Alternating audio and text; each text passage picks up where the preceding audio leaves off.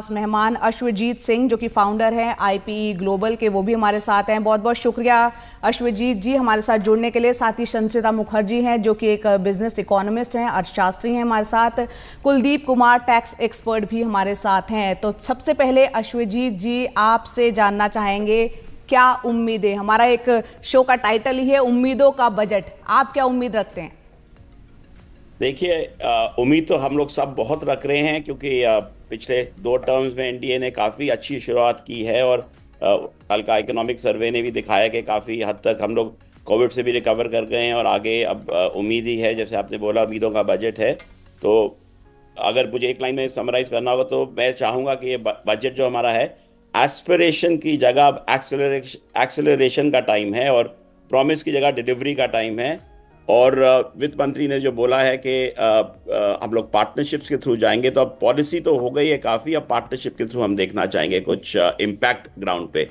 तो इसमें 3-4 एरियाज हैं जो मैं चाहूँगा कि ज़्यादा इसमें फोकस हो। आपने जैसे बोला कि विकसित भारत की तरफ हम जा रहे हैं, पर उसमें जो सस्टेनेबल डेवलपमेंट गोल्स हैं वो जब तक हम नहीं देखेंगे हम लोग कोई तरक्की नहीं कर सकेंगे, उसका कुछ इम्पैक्ट नहीं आएगा ग्राउंड पे। और उसमें सबसे ज्यादा तो ऑफकोर्स जो ज्ञान है, हम लोग जो गरीब, यूथ, अन्नदाता और नारी, इन चारों एरियाज को हमको कवर करना बहुत जरूरी है। आपने ऑलरेडी मेंशन किया है और जितने भी चर्चाएं हुई अभी तक उसमें सबने जॉब्स के बारे में और जॉब्स और स्किल्स के बारे में काफी चर्चा हो चुकी है।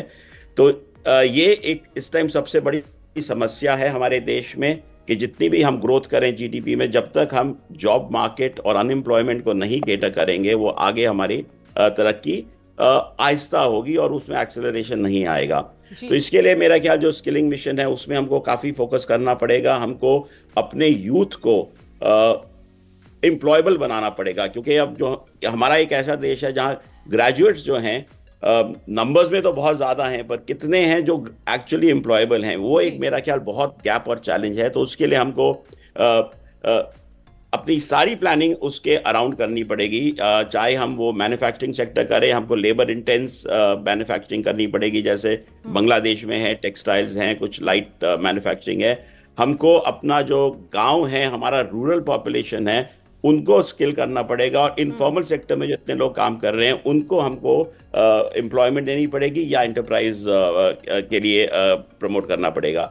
दूसरा जो एरिया जहां पे बहुत फोकस की जरूरत है इस टाइम है वो है रूरल और एग्रीकल्चर में। बिकॉज अगर हम अन्नदाता की बात करें, अभी तक जितना ज्यादा फोकस हुआ है, चाहे वो इंफ्रास्ट्रक्चर में हुआ है, चाहे स्मार्ट सिटीज में हुआ है, वो by and large urban sectors में उसका इम्पैक्ट आया है। और अब अगर हम अभी तक तो कोविड का जो क्राइसिस था, पीएम किसान योजना का ट्रांसफर्स हो या नरेगा हो, उसके थ्रू हम सस्टेन तो कर लिया, हमने सरवाइव तो करवा लिया रूरल पॉपुलेशन को, पर जब तक कंजम्पशन नहीं बढ़ेगी रूरल एरिया में और जब तक कि एक्चुअल वहाँ पे प्रोडक्टिव एग्रीकल्चर नहीं होगा, तब तक हम लॉन्ग टर्म सस्टेनेबिलिटी नहीं आ सकेगी। तो इसमें एक तो मैं सजेस्ट करना चाहूंगा कि जिस तरह हमारे पास स्मार्ट सिटी का एक प्रोग्राम गवर्नमेंट ने चलाया था, मेरा ख्याल अब हमको एक पंचायत के लिए भी कोई चैलेंज फंड लाना चाहिए ताकि उनको एम्पावर जो किया है हमने 73rd 74th कॉन्स्टिट्यूशनल में, हमको उसको आगे ले जाके अब पंचायत को रिसोर्सेज पहुंचाने चाहिए ताकि रूरल डेवलपमेंट हम ज्यादा देखें। चाहे उसमें अब मुद्रा लोन्स हम करें, हम इनोवेटिव फाइनेंसिंग करें, वो जरूरी है। तीसरा एरिया जो बहुत जरूरी है हमारे लिए, क्लाइमेट के बारे में, क्योंकि क्लाइमेट में अभी इतना ध्यान नहीं दिया जा रहा है और हम चाहे सस्टेनेबल डेवलपमेंट गोल्स भी देखें, उसमें क्लाइमेट में हम लोग इतना तरक्की नहीं कर सक रहे। तो चाहे वो ग्रीन इनोवेटिव फंड हो, क्लाइमेट रिजिलियंट इंफ्रास्ट्रक्चर हो, चाहे नरेगा के अंडर भी कंस्ट्रक्ट हो, वो सारा क्लाइमेट रिजिलियंट इंफ्रास्ट्रक्चर हो और ग्रीन बॉन्ड्स वगैरह हमको देने चाहिए।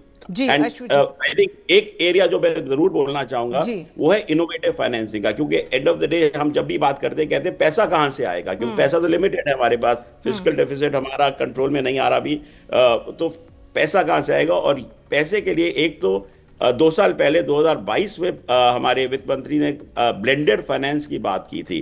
तो ब्लेंडेड फाइनेंस की बात तो उन्होंने जरूर जिक्र किया था और कहा था कि गेम चेंजर होगा। ब्लेंडेड फाइनेंस में कुछ मैं ज्यादा देखना चाहूंगा, ब्लेंडेड फाइनेंस में चाहे वो इनोवेटिव फंड हो जो कि कवर करे इंफ्रास्ट्रक्चर कवर कर सकता है, एक अलग इनोवेटिव फंड हो सकता है जो क्लाइमेट, हेल्थ और एग्रीकल्चर को कवर कर सकता है, ताकि फाइनेंस जो है वो लेवरेज हो और प्राइवेट सेक्टर का काफी फाइनेंस है।